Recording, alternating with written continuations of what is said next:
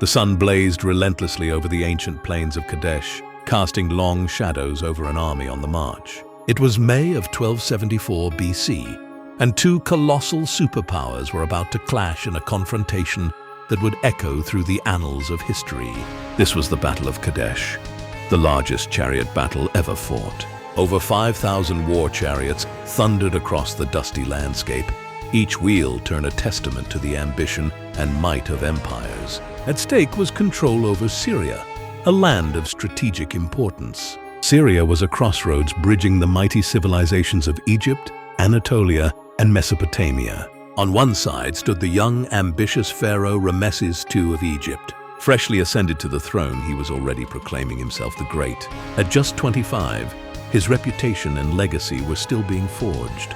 He led an impressive force of 20,000 men, divided into 4 formidable divisions. These divisions were named after Egypt's most revered deities, Amun, Re, Ptah, and Set.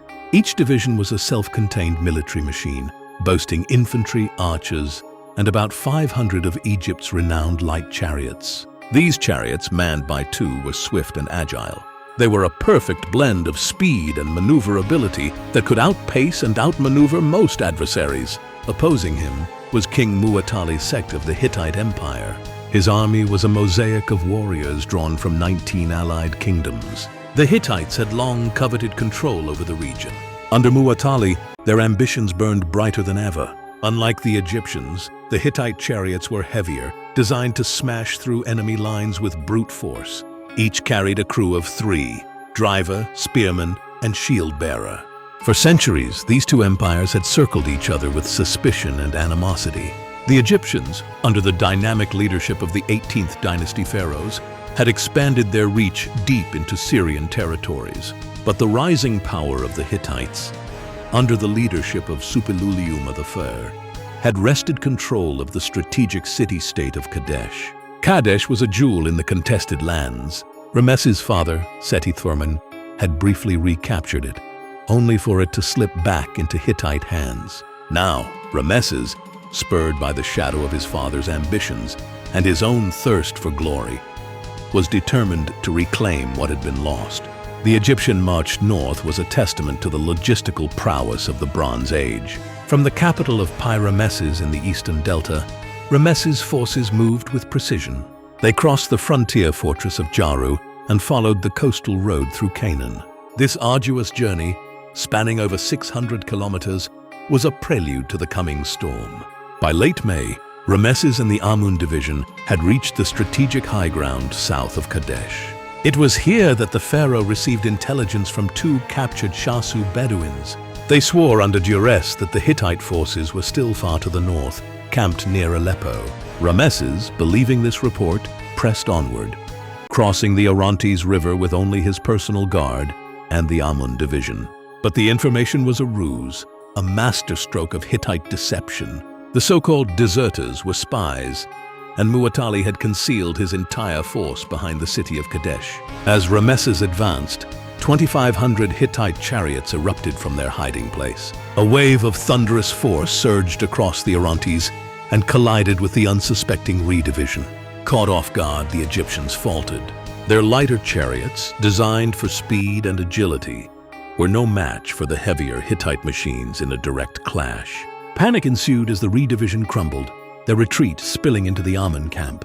Ramesses, still setting up his tents, was suddenly encircled. In the midst of chaos, with his forces disarrayed and his camp overrun, Ramesses II faced a moment that would define his reign. The inscriptions later carved into the stone of Abu Simbel and Karnak tell of a king who turned not to despair, but to divine intervention. With a prayer to Amun, the god he believed to be his father, he seized his bow and mounted his chariot. Charging alone into the Hittite ranks, Ramesses displayed near-mythic valor. The poem of Pentar, inscribed on the temple walls, immortalizes this act. Ramesses charged alone, his presence a beacon amidst the chaos, his chariot, like a spear, thrust into the heart of the enemy.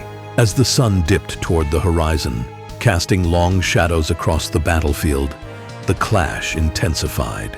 Ramesses II, despite the overwhelming odds, rallied his forces with a display of leadership that would become legendary. His chariot, a blur amidst the dust and chaos, became the focal point of Egyptian resistance. Under his command, the Egyptian charioteers regrouped, leveraging their speed and agility to dart in and out of the Hittite formations, loosing arrows with deadly precision.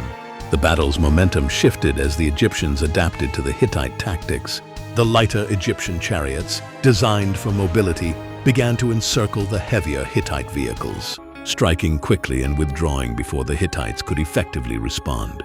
Egyptian archers, perched on their chariots, unleashed volleys of arrows that found their marks among the Hittite ranks. In this swirling melee, the very design of the Egyptian chariot, a marvel of engineering with its lightweight frame and superior maneuverability, proved to be a crucial advantage. Meanwhile, the Hittite King Muwatalli II observed the chaos from behind the lines. Confident in his strategy and the strength of his coalition, he had anticipated a crushing victory. His forces, drawn from the far reaches of his empire, including Azawa, Luka, and the distant Wilusa, were a testament to his diplomatic acumen and military might. Yet the tide was turning as his chariots found themselves outmaneuvered by the Egyptians' rapid strikes. The arrival of the Naaran troops marked a pivotal moment. These reinforcements, possibly Egyptian garrison soldiers from the coastal regions, had marched parallel to Ramesses' main army, unseen by Hittite scouts. Their sudden assault on the Hittite flank introduced a fresh wave of chaos into the battle, catching Muwatalli's forces off guard. The Hittite chariots, already strained by the prolonged engagement, struggled to reform their lines in the face of this new threat. As darkness fell, the battlefield became a scene of confusion and exhaustion. The clamor of battle gradually quieted, replaced by the groans of the wounded and the cries of those seeking lost comrades. Both sides, bloodied and weary, withdrew from the field. The Egyptians, under Ramesses' command, made camp where they stood, while the Hittites retreated behind the defensive walls of Kadesh, regrouping and reorganizing under the cover of night. The aftermath of the battle presented a complex picture. Neither side had secured a decisive victory. The Egyptians had failed to capture Kadesh, a significant strategic objective, but they had not been defeated. The Hittites, while having initially gained the upper hand, had been unable to deliver a crushing blow to the Egyptian forces. Thousands of soldiers lay dead or wounded, the Orontes River running red with the sacrifice of both armies. In the days that followed, Ramesses II faced the arduous task of lifting the spirits of his men and maintaining morale. He returned to Egypt, proclaiming victory, a narrative that would be immortalized on temple walls and in the epic poem of Pentor. This account, steeped in hyperbole and royal propaganda, depicted Ramesses as a heroic figure, single-handedly turning the tide of battle. The inscriptions and reliefs carved in stone ensured that generations of Egyptians would view Kadesh as a triumph of their pharaoh's divine mandate. The Hittites, on the other hand, had their own version of events. Their records, later discovered on clay tablets, presented a different perspective, one in which they claimed to have forced the Egyptians to retreat. Muwatalli II, though unable to secure a definitive victory, had demonstrated the might of his coalition and the resilience of his leadership. Despite these divergent narratives, the reality was undeniable.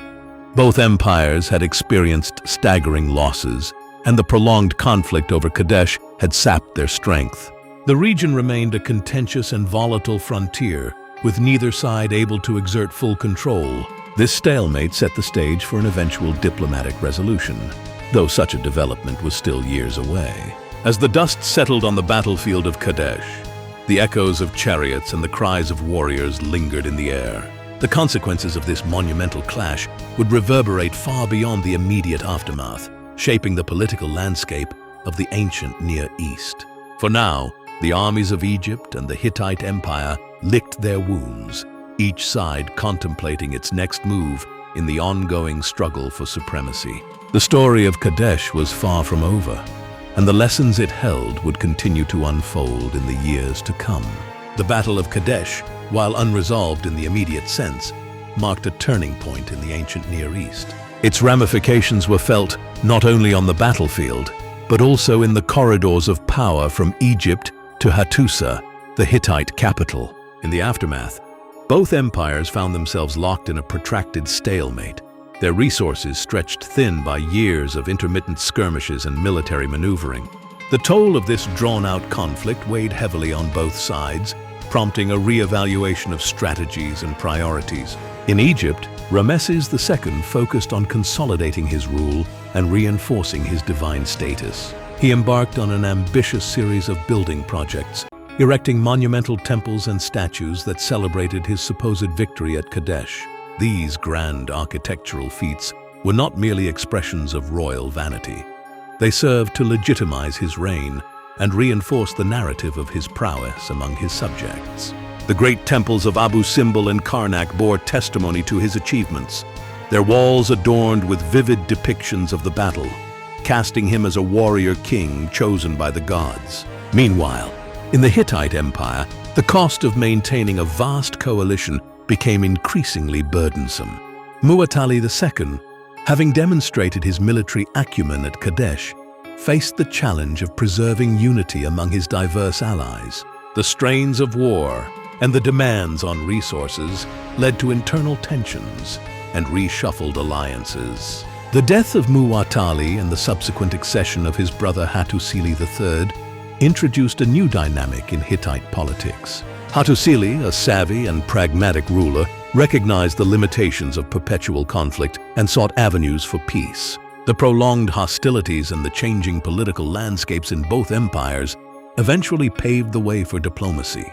In 1259 or 1258 BC, after nearly 2 decades of tension, Ramesses II and Hattusili III engaged in a groundbreaking negotiation process. This culminated in the signing of what is now known as the Eternal Treaty, the earliest known peace treaty in recorded history.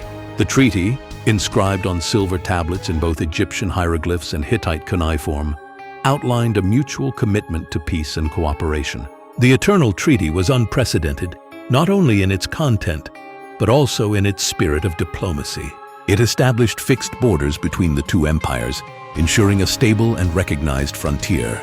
Additionally, it included provisions for mutual non-aggression and a defensive alliance, pledging each side to come to the other's aid in the event of external threats. Notably, the treaty featured an extradition clause binding both parties to return fugitives who sought asylum within their territories, a testament to the evolving understanding of legal and political responsibilities between nations. This treaty marked a significant shift in the way superpowers of the ancient world interacted. It recognized the futility of endless warfare and established a framework for coexistence and mutual respect. The fact that copies of the treaty were prominently displayed in both capitals underlined its importance and the commitment of both leaders to uphold its terms. The peace it fostered allowed for a period of relative stability and prosperity, enabling both empires to focus on internal development and cultural achievements. The legacy of the Eternal Treaty extended far beyond its immediate political ramifications. It set a precedent for future diplomatic endeavors, laying the groundwork for international relations as a viable alternative to military confrontation. The treaty's principles of negotiation and compromise resonated through the ages, influencing the development of diplomatic protocols and subsequent civilizations. Today, a replica of the treaty stands proudly in the United Nations headquarters in New York, symbolizing the enduring power of diplomacy. It serves as a reminder of the potential for peace, even amidst the most seemingly intractable conflicts. The document is a silent testament to the foresight of Ramesses II and Hattusili III, leaders who chose dialogue over destruction, setting a standard for international cooperation that echoes to this day. The Battle of Kadesh, with its epic scale and historical significance, was more than just a clash of chariots and armies. It was a catalyst for change. The enduring peace forged in its aftermath demonstrated that even the mightiest empires could find common ground. In the shadow of Kadesh, the world learned a profound lesson about the power of reconciliation. And so, history moved forward.